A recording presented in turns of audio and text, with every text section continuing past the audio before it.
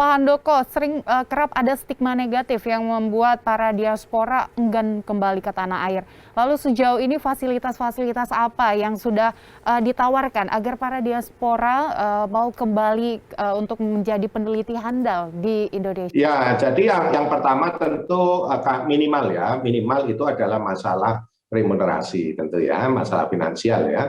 Dan saya sampaikan bahwa kalau saat ini sepemahaman saya secara finansial kita sudah cukup kompetitif lah dibandingkan kalau dengan bekerja di Malaysia gitu ya. Maksud saya di lembaga riset di perguruan tinggi di Malaysia ya kita masih kompetitif lah. Sehingga dalam konteks itu saya cukup percaya diri ya untuk mengajak para diaspora khususnya untuk kembali ke Indonesia.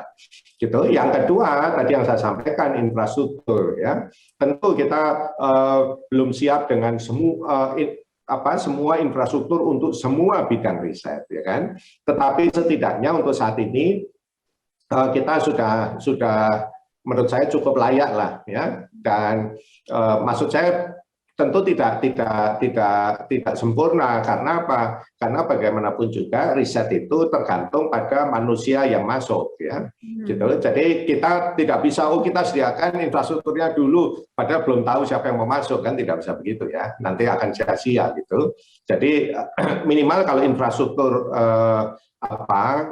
bukan dasar ya, infrastruktur yang sampai di level tertentu kita sudah siap dan tidak menjadi masalah mestinya gitu, sehingga minimal para diaspora katakanlah itu kalau kembali dan bergabung di BRIN mereka akan bisa memulai sesuatu sesuai bidang kepakarannya gitu. Nah kemudian pada saat yang sama kita tentu akan terus lengkapi setelah mereka membentuk grup riset, kemudian sudah ketahuan kebutuhannya apa ya misalnya gitu. Pak Handoko, untuk BRIN sendiri dalam mendorong riset maupun inovasi di kampus-kampus swasta maupun negeri di tanah air sejauh ini seperti apa Pak yang sudah dilakukan? Iya. Ya, jadi jadi kan seluruh platform ya, seluruh infrastruktur, seluruh periset di BRIN itu kan kita buka untuk dipakai bersama-sama.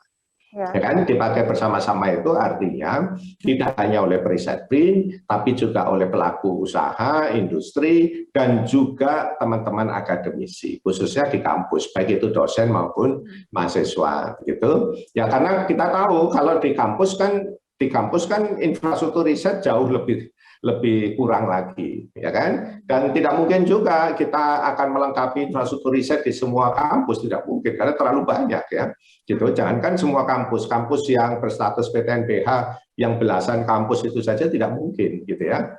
Gitu. Dan kalaupun mungkin kita berikan infrastruktur riset yang memadai sekalipun, utilisasinya pasti akan rendah. Karena apa? Karena kebutuhan karena critical mass dari aktivitas risetnya juga masih rendah gitu ya. Itu sebabnya infrastruktur itu kita sediakan, silakan dipakai rame-rame bersama-sama, kalau perlu ngantri ya kan, tetapi punya akses gitu ya. Nah, dengan mekanisme seperti itu sekaligus akan memunculkan juga interaksi yang alami dan kemudian kita harapkan akan ada kolaborasi. Karena kolaborasi itu kan bermula dari interaksi ya, interaksi manusianya begitu ya, termasuk kampus dengan kami gitu. Dan para periset BRIN juga sangat didorong untuk menjadi pengajar dengan status NIDK di kampus-kampus kita ya.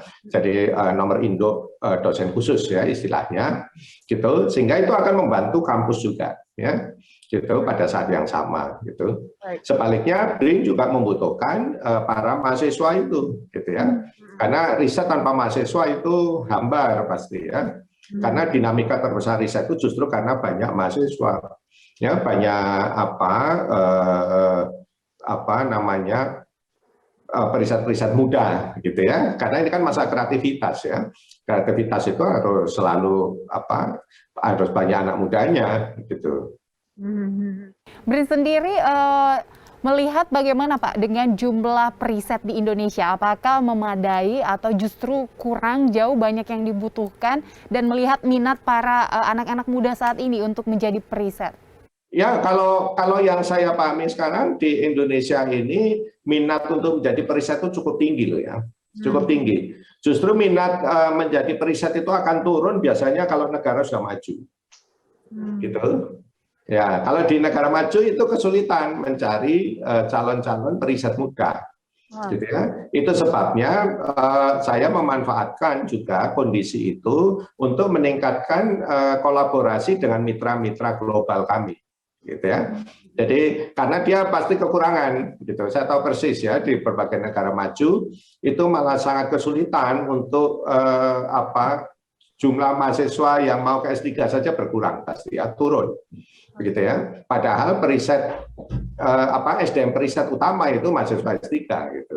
Nah, itu yang biasanya yang saya tawarkan ya ke mitra-mitra kita untuk bersama-sama dengan grup riset yang ada di BRIN gimana nih supaya bisa teman-teman saya ini mengisi kekosongan di tempat kalian gitu. Pada saat yang sama, saya tahu teman-teman kita ini juga perlu belajar dari periset-periset mitra kita di luar negeri yang sudah jauh lebih berpengalaman ya di bidangnya gitu.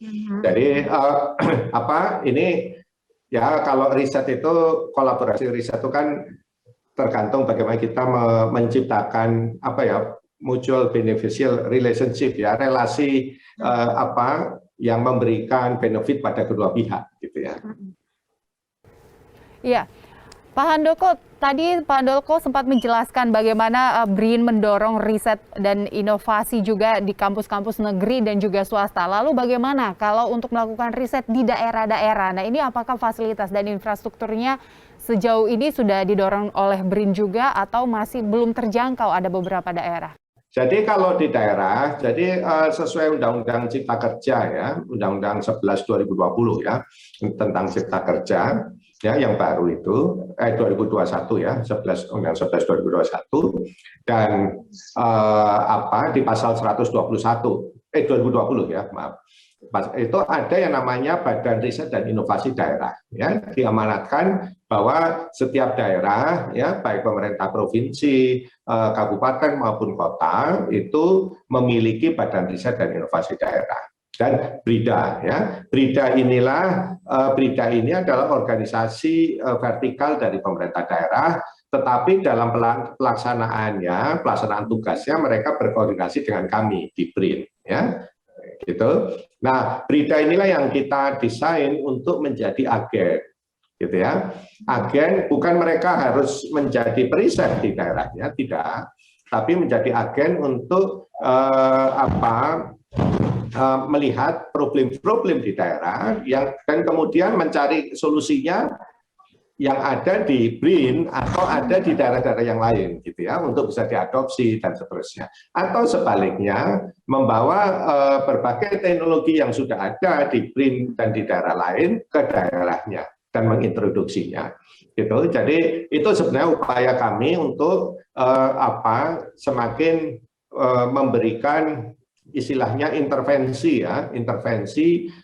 ilmu pengetahuan dan teknologi berbasis riset ya untuk meningkatkan nilai tambah ya yang akan berkontribusi positif pada peningkatan ekonomi di setiap daerah gitu. Karena setiap daerah itu kan berbeda-beda ya. Sedangkan BRIN tidak punya cabang di daerah-daerah ya. Tentu kami punya pusat-pusat riset yang kebetulan ada di daerah, tetapi secara kelembagaan kita tidak punya cabang di semua daerah dan memang tidak perlu ya gitu. Jadi tapi kita akan punya BRIDA sebagai tangan dan agen di daerah gitu.